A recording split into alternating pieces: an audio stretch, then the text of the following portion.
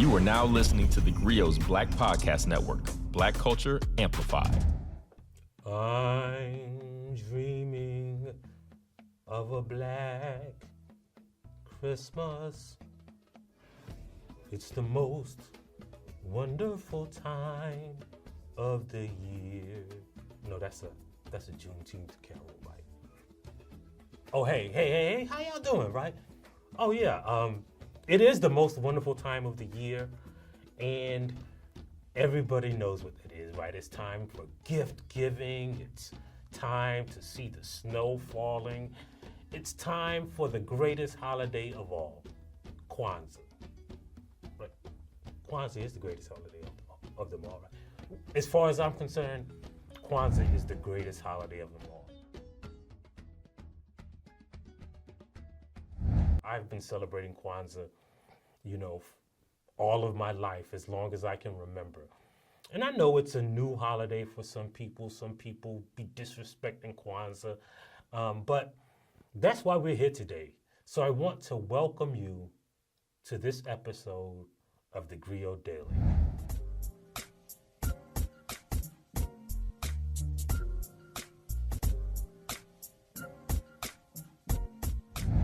It's Kwanzaa. Kwanzaa begins the day after Jesus' birthday, I think. We know it's not Jesus' birthday, but when people celebrate Jesus' birthday, which is a whole nother story that we won't get into. But Kwanzaa is typically celebrated for 7 days, beginning December 26th, right up until, they have fireworks to designate the last day of Kwanzaa. That's what those fireworks are for, right? Hold on. My producers are telling me that that's actually New Year. Oh, I didn't even know that. So I've been celebrating Kwanzaa since I was a kid.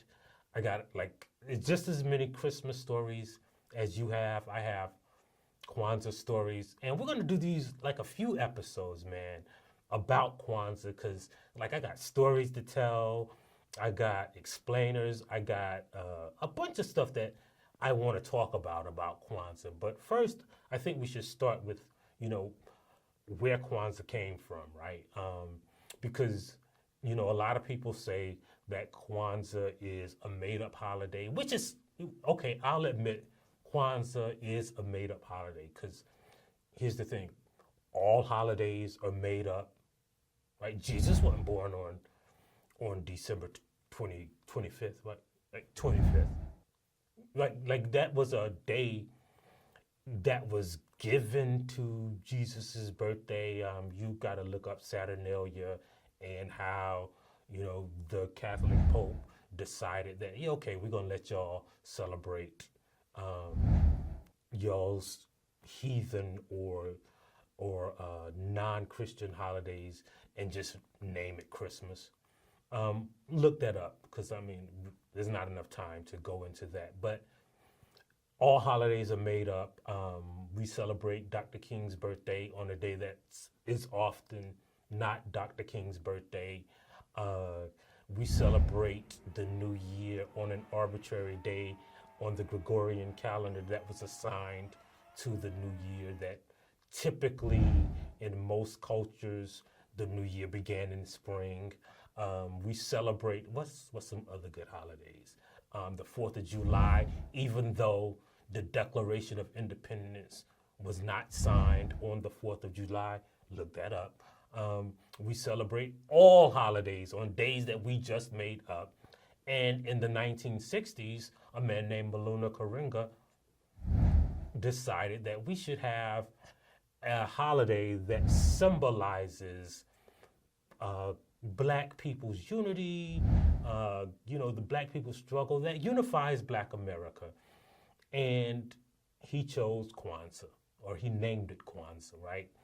And Kwanzaa is important because, when you think about Kwanzaa, right, it's a relatively new holiday.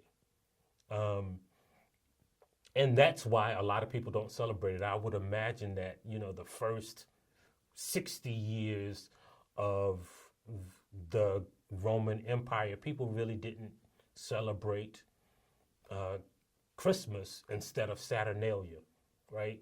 And then as the world grew more Christian, they just translated the Christmas trees and the gift giving and the debauchery to Christmas and said, we're going to do the same thing. We're just going to call it Christmas.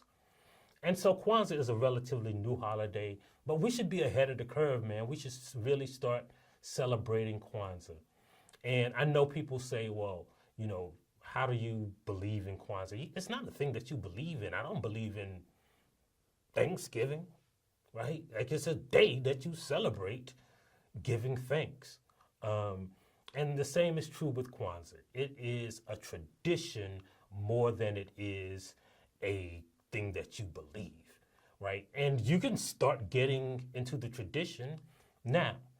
So Kwanzaa has 7 days. And those 7 days, like, you know, even though I grew up celebrating Kwanzaa, the days of Kwanzaa, I learned from a Kwanzaa carol that was written by a lady in my church. But it's each day has a specific purpose and meaning. And the first day is Umoja, which means unity. And these words, by the way, come from Kiswahili, which is a language that was created to kind of unite the African languages and make Africans able to communicate with each other. So Umoja means unity. And that's the first day, right? It means to strive for and to maintain unity in your family, in your community, and wherever you live, right? Unity is important. That's why the first day is important now. Umoja Day was always the first day of our celebration. We used to have our Kwanzaa celebration, and I know this is going to sound weird, at Young and Young Funeral Home, which is a Black-owned funeral home in my hometown, and everybody in our neighborhood would gather. I don't even know how my family became like in charge of Kwanzaa for our community, but like in the days leading up to like the community Kwanzaa celebration, like people would bring by money to buy Kwanzaa decorations and food for the Kwanzaa celebration, or money to buy the food for Kwanzaa celebration. And then, you know, we would go to that funeral home, and on Umoja Day, they would have everybody just kicking it, right? We just be united. Like Umoja Day was the most fun day because we would have a bazaar and we would have basketball games. Somebody would cook out, like in South Carolina, you can cook out in December. So it was basically a unity day, kind of like a church picnic almost, but it wasn't really religious. The second day of Kwanzaa is Kuji Chagalia. Say it with me, Kuji Chagalia, which means self-determination. It's what Republicans call pulling yourself up by your bootstraps, but it's basically like allowing your community to determine its path, right? So the thing that we had to do on Kuji Chagalia is voter registration. Like, I guess that has a lot to do with self-determination, but everybody would have to register somebody to vote for Kuji Chagalia, and then we'd have like a Black politician, usually the local city councilman I just realized, like, he was also the owner of Young and Young Funeral Home. But like, I can't say he was trying to drum up business because like it wasn't like we killed somebody for Kuji Chagalia. So the second day was about self-determination. The third day, which was one of my favorite days, I can't say it was the favorite day, was cooperative economics. That's when they brought a business person in, or that's when like everybody vowed you only buy Black on UJAMAA, right? So cooperative economics, what is cooperative economics? Again, it is the concept that, and it's closely tied to self-determination, is circling your money in your own community. Now, that may seem like, some kind of black power ideal, but the truth is, right, cooperative economics is how you build a community or how you build anything, right? Like cooperative economics is why white people say they're going to buy American, because they know that if you spend money with people in your neighborhood or your community or your country, that money is more likely to not just stay in your community, but if it stays there, the business owners will hire people in your community or in your country. If you stay there, it will use the resources of your community to circle that money around. So if you have let's say a black-owned restaurant in your neighborhood, they'll probably hire some people from your neighborhood. They'll probably use the dry cleaners in your neighborhood to clean the uniforms. That's how you circulate money. That's cooperative economics. Now, the fourth day is NIA. That's why, like, the preponderance or the spread of, I believe, Kwanzaa is why, like, there was a whole generation of women and black girls born in the 70s and the 80s named Nia, like Nia Long. And Nia means purpose, right? And it's about the future, is how I translate it. Purpose is not just like the existential idea of why are you here, but having a purpose in your actions, right? So the thing about Nia is thinking about why you do the things you do, right? Like being intentional about uniting your neighborhood or your community, thinking about how you exist and move in society and how that relates to others, giving a purpose or assigning a purpose to your actions. For instance, right? Like you want a hamburger. Well, why go to McDonald's when, you got a black restaurant right there that makes the same or better hamburgers? Or, for instance, why would you go to the local grocery store and buy the same candy that you can get from your candy lady? It might be a little bit more expensive at the grocery store, but like you spending a quarter, bruh. Like you get, like it's not like you're getting a whole bunch more from the grocery store, but you're gonna also get that money back because you're spending with purpose.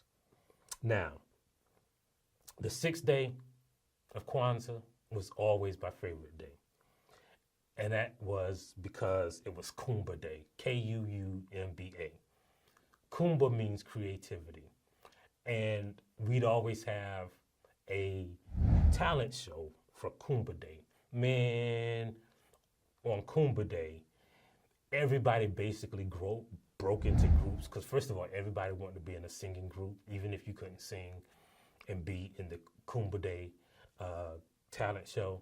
Because KUUMBA Day talent show, you could win cash and prizes. Seriously, like the local businesses gave like gift cards. This is really before gift cards. They just print out you a certificate that gave you, 3 free meals or some donated money. So I think the prize when I was growing up was $100, which doesn't sound like a lot, but when you're 12. In the 1980s or the 1980s, $100 went a long way when you're 12 years old, bro.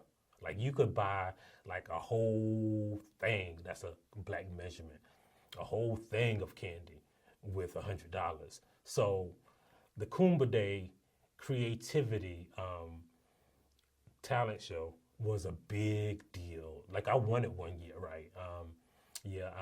don't want to brag, but I was one of the highest rated rappers in the PD area during the 1980s. And my rap group actually won KUUMBA Day. And we were kind of a big deal, I could have probably been a rapper, but, Bad Boy Records didn't want to sign me. Def Jam probably was trying to call me, but my sister was probably talking to her boyfriend on the phone. I'm pretty sure that's what it was. But trust me, KUUMBA Day was great. And then the last day of Kwanzaa, the final day of Kwanzaa, was IMANI, faith. And a lot of people equate faith with religion, but like our Kwanzaa celebrations weren't really religious. But on Faith Day, we'd have this big celebration where choirs would come in and sing, and it was like almost like a choir showdown. Like it was like verses, but with church choirs. That's how I would describe it now. But the great thing about the last day was that, first of all, the Deltas would give away a bike, and every day you came to the Kwanzaa celebration, you got another ticket. So if you came for all 7 days, you have a better chance of winning the Delta bicycle than if you just came one day, right? Because everybody was going to be there on KUUMBA Day, but they was only going to get one ticket. And all during Kwanzaa, we would have a children's choir practice, right? My neighbor, Miss Hunter, she was the director of the children's choir, so you have to stay. She'd lure us in, right? Where she'd make these cupcakes that had candy in the middle. Some of the cupcakes would have like Now Laters in the middle. Some of them would have, my favorite was Mary Jane's. Some of them would have Jolly Ranchers in the middle. But we'd practice all week, and then we would be like the headlining choir on the last day, on IMANI Day. And we would headline that big versus battle. And we would sing a song that she wrote called We Are Celebrating Kwanzaa, which is still one of that song slapped, y'all. We're going to come back in the next episode, and I'm going to just give you some Kwanzaa stories that I remember about my childhood growing up celebrating Kwanzaa. But to do that, you're probably going to have to subscribe to this podcast. And you probably should also download the TheGrio app, and you should definitely tell a friend about Kwanzaa and this podcast. And as always, we leave you with a black saying. Since it's Kwanzaa, the only appropriate saying to leave you with is the Kwanzaa greeting. Habari Gani, and thank you for listening to this episode of TheGrio Daily. If you liked what you heard, please give us a 5-star review, download the TheGrio app, subscribe to the show, and share it with everyone you know. Please email all questions, suggestions, and compliments to podcasts@thegrio.com. You are now listening to TheGrio's Black Podcast Network, Black Culture Amplified.